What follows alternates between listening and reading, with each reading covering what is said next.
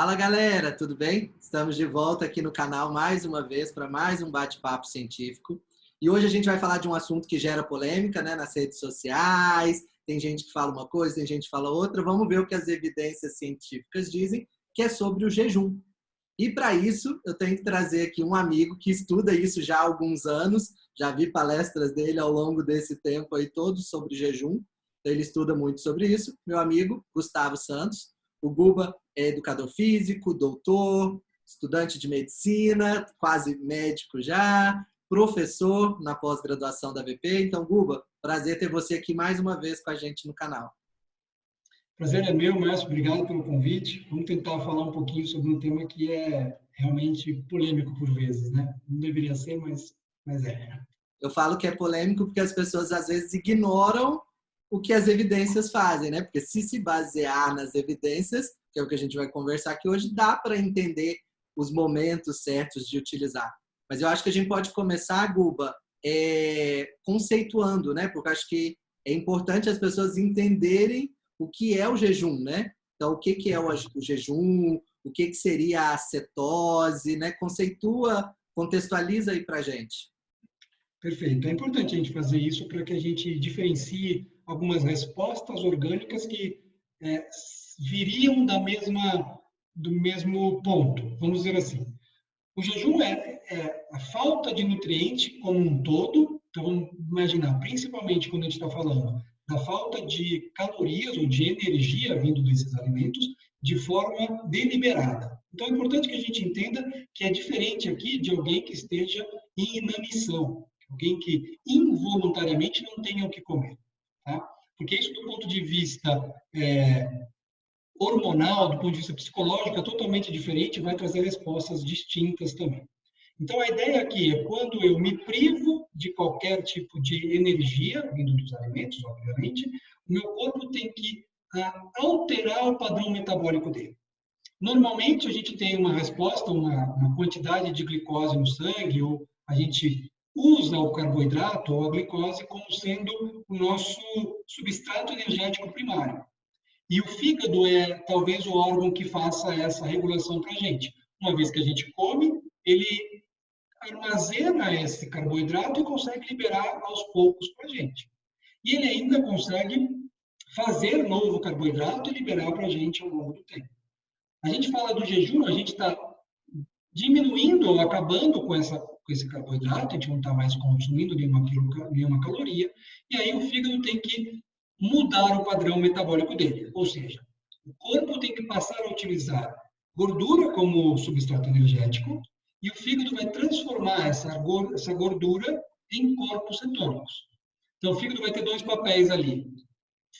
Produzir nova glicose, sendo que a gente não está consumindo mais glicose, e gerar uma forma de a gente usar a gordura como substrato energético, que no caso os corpos cetônicos, que é o que a gente chama de cetose.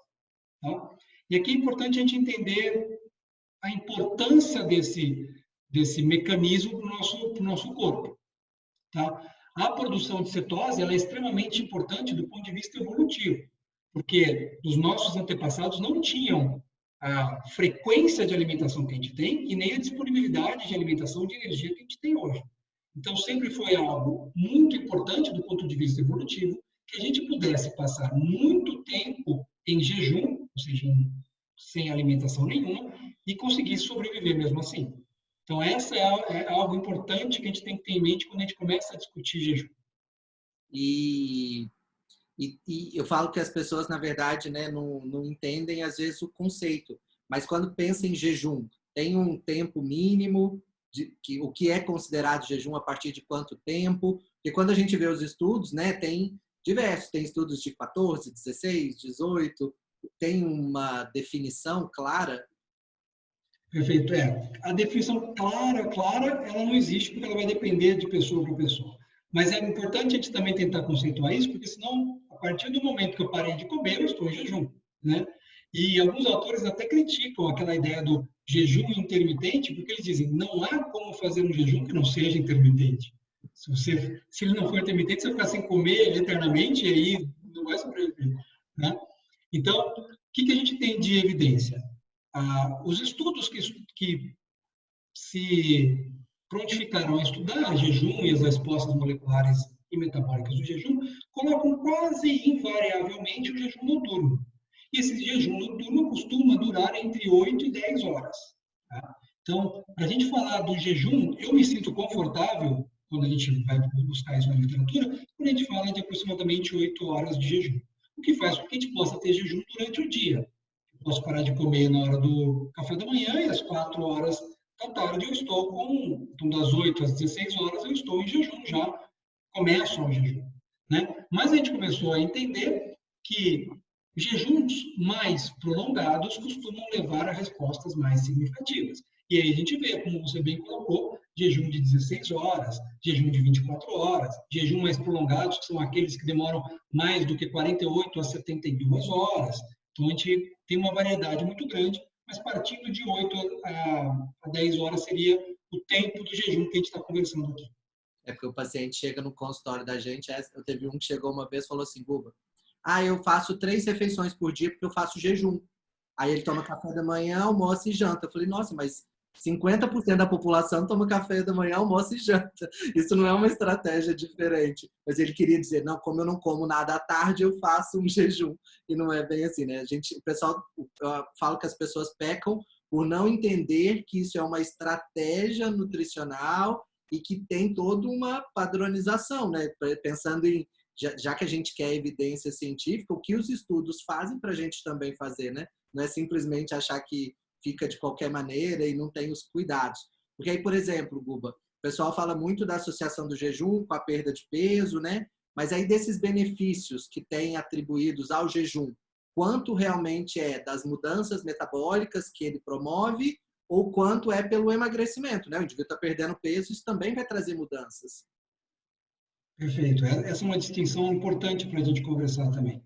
Porque é claro que parte desses benefícios, e quais são esses benefícios do jejum? A gente vê muitos, múltiplos e multifacetados, porque a gente tem a perda de peso em si, né? A gente tem diminuição, o principal fator que antigamente era a principal hipótese para melhoras de saúde por conta do jejum era por diminuição do estresse oxidativo.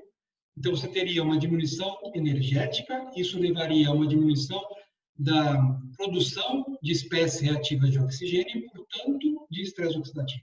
Estaria muito relacionado com a diminuição da inflamação no organismo, né? Então, a gente começa a entender que isso tudo poderia ser atingido através do jejum, mas você pensa também na perda de peso.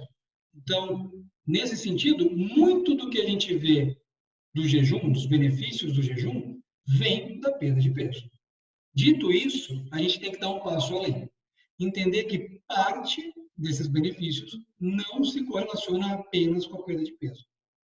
Então, a gente tem alguns estudos, por exemplo, sendo feitos agora, mais recentemente, com mulheres com câncer de mama, mostrando que o jejum é interessante para não recidiva desse processo, dessa doença.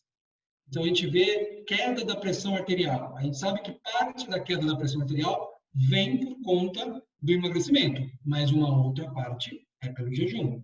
A diminuição da frequência cardíaca ou alteração na variabilidade da frequência cardíaca, que é algo interessante do ponto de vista cardiovascular, o jejum parece ser bastante importante. E da onde a gente tira, então, essas diferenças do jejum para a perda de peso que a gente pode conseguir com qualquer outra estratégia nutricional? Bom, é importante isso ficar bem claro, acho que ficou muito claro na sua fala inicial. Nós temos outras estratégias nutricionais, outras ferramentas que podem fazer com que a gente tenha resultados muito próximos daqueles que a gente tem visto com o jejum. Né? Então, a perda de peso é algo importante. Mas o que a gente mais entende hoje em dia é que a cetogênese, ou seja, a produção dos corpos cetônicos, em especial do beta-hidroxibutirato, tem algo muito importante nessas respostas adaptativas. Tá? A gente começou a enxergar isso em ratos, estudos em ratos, que em 20 horas de jejum já tem uma cetogênese muito alta. Então, se você deixar o rato sem comer 20 horas, você vai ver níveis de corpos cetônicos muito expressivos, muito significativos. O que não costuma acontecer em humanos.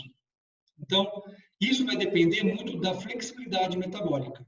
E geralmente a flexibilidade metabólica de pessoas obesas, com diabetes, né, com resistência à insulina, né, seja diabética ou não, é diferente, é pior do que as pessoas saudáveis.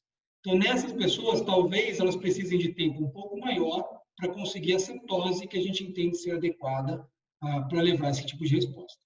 Sabe-se que os corpos cetônicos, e agora falando do beta-hidroxibutirato, aumenta a resistência do corpo em relação ou dos órgãos, em relação a estresse oxidativo, que ele seria protetor, rim, fígado, coração, e ele ainda ajuda do ponto de vista molecular a ter respostas benéficas para o nosso organismo. Como, por exemplo, biogênese mitocondrial, ser mais do que especialista para falar de saúde mitocondrial e de prescrições, o quanto isso é benéfico para a saúde. Neurogênese, quando a gente fala do sistema nervoso central. Então, algumas coisas são potencializadas quando a gente faz o jejum por conta da formação desses corpos cetônicos. Muito legal. E um medo, Guba, que as pessoas têm estou fazendo jejum, o quanto isso pode influenciar, por exemplo, e promover uma perda de massa magra, pensando você na área esportiva, em perda de performance. O que a gente tem de evidência com relação a isso? Isso é a coisa que a gente precisa também entender. Quando eu comecei a falar de jejum, há 6, 7 anos atrás, quando eu me interessei muito pelo assunto, era meio proibido falar de jejum, porque falava que perdia treino, comia seu músculo, não adiantou nada você treinar se você ficou em jejum, era mais ou menos assim. Depois a gente passou por uma fase onde o jejum passou a ser, né, curar tudo, né, de pelo encravado a câncer, o jejum curaria tudo. E aí a gente tem que falar, também não é bem por aí. E hoje a gente fica nessa briga quando a gente fala de performance, né? Quando a gente está falando de performance especificamente, a gente tem cada vez mais corpo de evidências mostrando que para performance de endurance especificamente, ou seja, para corridas longas, ciclismo, natação, o fornecimento de carboidrato parece ser a estratégia mais interessante para a melhora de performance. Não quer dizer que não exista momentos durante a preparação onde a gente não possa abrir mão de uma dieta com periodização de carboidrato, com exercício em jejum, porque a gente tem respostas moleculares que nos respaldam para fazer esse tipo de estratégia. Mas as evidências mais recentes falam a favor do aporte de carboidrato ideal, adequado. Tá? Pensando agora na musculatura, é algo que a gente tem que também entender. Porque todo mundo fala muito sobre a ideia de ficar em jejum e perder músculo. E o que a gente vê de evidência diz o contrário. As pessoas que fazem uma dieta cetogênica, ou seja, conseguem manter quantidade de beta-hidroxibutirato elevadas no sangue, isso tem que ser algo em torno de acima de 0,5 milimol por litro. Ou as pessoas que fazem jejum ou exercício em jejum, que também tem mais beta-hidroxibutirato no sangue, eles costumam ter uma resposta anticatabólica. Então, por isso que é importante a gente falar, senão não estaria falando esses nomes ou a cetogênese à toa aqui. É porque realmente ela tem uma resposta anticatabólica. Tem um estudo que 2 grupos foram submetidos a jejum e a dieta cetogênica, ou seja, apresentaram aumento de corpos cetônicos, fazendo musculação, então fazendo treino resistido, durante 2 meses. Tá? O grupo que fez, os 2 faziam o treino. Um era submetido à dieta, a outra não. O grupo que tinha beta-hidroxibutirato mais alto permaneceu, ou seja, manteve a massa magra, mesmo perdendo peso.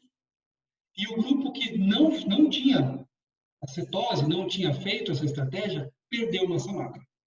Então, a ideia nossa é que os 2 estão sob déficit calórico. A gente espera perda de peso nos 2? Sim. Normalmente acontece perda de massa magra nos 2? Sim, algo em torno de 20%, 20% a 30%.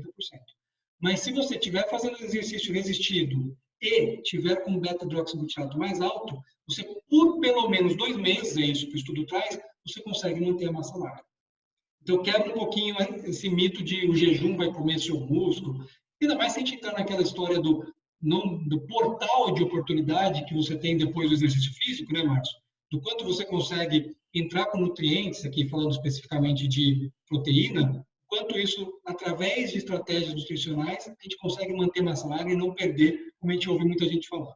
Sim. Até porque a dieta você ajusta, você mantém, né? Ela continua, mesmo quando a gente pensa numa dieta cetogênica, por exemplo, ela mantém o padrão de proteína, né? O pessoal tem essa ideia errada também de fazer a distribuição dos macros errada, né? E quer subir, acha que sobe muita proteína, sendo que o ideal tem que subir é a gordura, igual você explicou bem os mecanismos no início, e as pessoas fazem errado e aí realmente pode impactar pela distribuição ruim, né? Então, é complexo o jejum, eu falo que tem que saber, tem que estudar realmente, porque não é uma estratégia simples. Eu brinco que os profissionais, antes de passar para um paciente, deveriam experimentar fazer, porque quando a gente vivencia, a gente sabe explicar melhor para o paciente como funcionar, né, Gubo? Acho que a gente tem que experimentar as estratégias também que a gente passa, porque acha que é simples, vai lá e manda o paciente fazer de qualquer jeito, e aí ele não consegue, aí fica desesperado lá depois com efeitos colaterais, porque às vezes foi mal planejado, né? Perfeito. Você tocou num ponto muito importante. A gente compreender tudo isso, o efeito colateral é importante e saber da individualidade biológica. Eu, por exemplo, estudo isso há muito tempo e tenho facilidade em ficar em jejum. Eu já fiz algumas vezes jejum prolongado, de 48, 72 horas, e eu sei que muita gente não faria isso, porque tem muita dificuldade de ficar 8 horas em jejum. Então, não é uma ferramenta, uma estratégia que sirva para todo mundo. Mas para algumas pessoas, se você souber usar, ela pode trazer algum benefício. E, pessoal, o Guba sempre faz cursos, né? Que fala, inclusive, dessa parte, né, Guba? Como que o pessoal se informa? A gente tem curso de emagrecimento e de jejum. Eles ficam sempre expostos pelo Instagram, eu acho que é a melhor forma de conseguir acesso a isso. Então, tem um link lá na nossa bio, tanto do meu Instagram quanto da professora Elisa. E por lá você consegue mais informações. Eu fico também à disposição caso queiram mais informações sobre o assunto. Então, Guba, obrigado pela sua participação mais uma vez aqui no canal. Quem não viu o vídeo anterior dele, vai aí no canal, assiste, que a gente falou do papel do exercício na perda e na manutenção do peso. Então, muito obrigado mais uma vez aqui no canal. Eu que agradeço, Márcio, a oportunidade. É sempre muito bom falar com você, ainda mais de temas específicos. Eu tenho você como exemplo para mim de profissional competente. Então, falar com você sobre esses assuntos sempre é um prazer. Conte comigo para outras conversas. Até a próxima. Veio uma vez, vai vir sempre. Então, ó, pessoal, se você gostou do vídeo, lembra de curtir, compartilha esse IGTV nos seus stories. Quem está assistindo pelo YouTube, se inscreve no canal, ativa o sininho para as notificações e a gente se vê aí no próximo vídeo. Até mais, galera!